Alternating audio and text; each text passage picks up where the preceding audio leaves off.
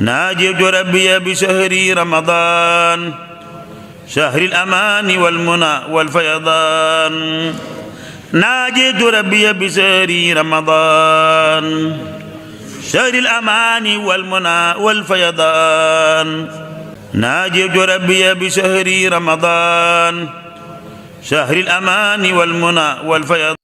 الحمد لله والصلاة والسلام على رسول الله wa ala alihi wa sahbihi wa wala.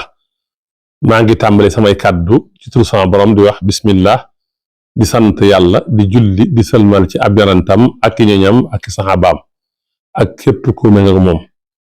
di nuyu mbokk yi seetaan à travers BLD TV. ñu ngi leen di nuyu nuyoob islaam te am mbégte fas yéene ñëw ànd ak yéen seen naafila ak bis bi tañ koy jëlee ci téereb Sëriñ Suhaybu radiyallahu taala anhu bu tudd Qurratul Ayni ak Naylul Awtaar fi ma yukaffar dunub. ñaari téer yooyu lañ fas yéene ànd ak yéen.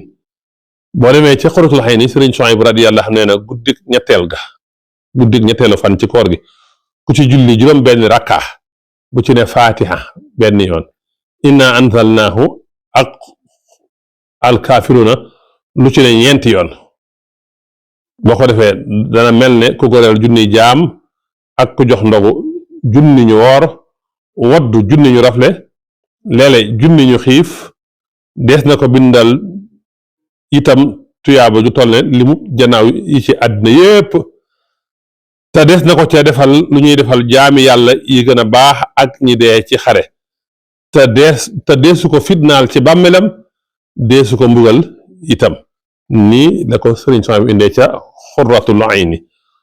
bu nu ñëwee nag ci Naylul Awtaar da ngay dégg mu naan wa aydan man salla fi laylati thalithati min shahr ramadan 6 rakaatin bi 3 taslimatin yaqra'u fi kulli rakaatin fatihata alkitabi marratan wa inna anzalnahu wa qul ya ayyuha alkafirun arba'an kaana lahu min al ajri wa thawabi kaman ahtaqa alfa raqabatin wa at'ama alfa jaa'ihin wa aftara alfa sa'imin wa kasa alfa uryanin wa yuktabu lahu min al ajri wa thawabi bi adadi kulli tayrin fi dunya wa yu'tihi llahu ma yu'ti suhada wa salihin wa yu'minuhu min fitnati al qabri wa adhabihi.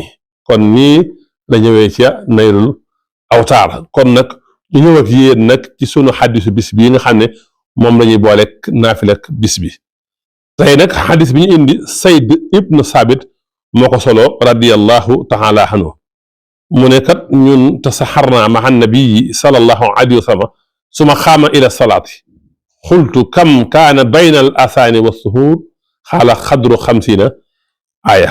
xadis bi xadis la boo xam ne Buxaari solo na ko ca saxiixam, Muslim solo na ko ci saxiixam.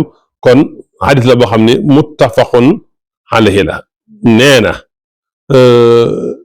dañoo xëdd ak yonent bi, ginnaaw ga ñu dem julli ji fajar. ñu laaj ko diggante boobu nu mu toll, mu ne lu tolloog luñ mën a jàng juróom fukki aaya.